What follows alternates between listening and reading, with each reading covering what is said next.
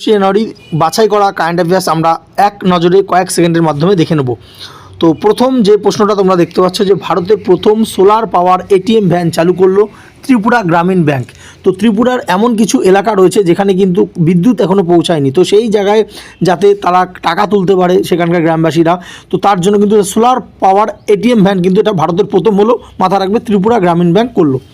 Next 2 নম্বর, রাজস্থানের সম্পূর্ণ organic village body হয়ে উঠল বামনবাস কাকর পঞ্চায়েত। তো এখানে মাথা রাখবে যদি বলে যে ভারতবর্ষের প্রথম অর্গানিক স্টেট কোনটা, সেটা কিন্তু সিকিম, ঠিক আছে। তো এটা রাজস্থানের প্রথম হলো, মাথা রাখবে।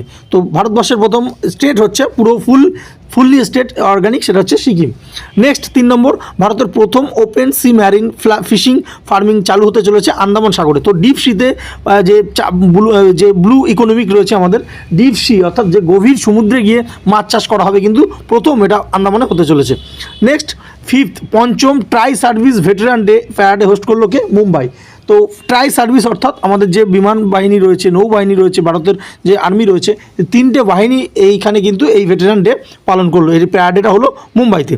নেক্সট 5 নম্বর, যে চেন্নাইতে অনুষ্ঠিত 19তম ড্যান্স ফেস্টিভ্যালে নৃত্য কলানিধি পুরস্কারে ভূষিত হলেন কে? উর্মিলা সত্যনারায়ণ। তো নৃত্য কলানিধি থেকে বহুবার পরীক্ষা প্রশ্ন আসে, এই বছর হলেন কিন্তু উর্মিলা সত্যনারায়ণ, ঠিক আছে। তো দিনের বাছাই করা কারেন্ট অ্যাফেয়ার্স পেতে আমাদের চ্যানেলটা সাবস্ক্রাইব করুন, পাশে থাকা বেল আইকনটি ক্লিক করতে ভুলো না। ধন্যবাদ।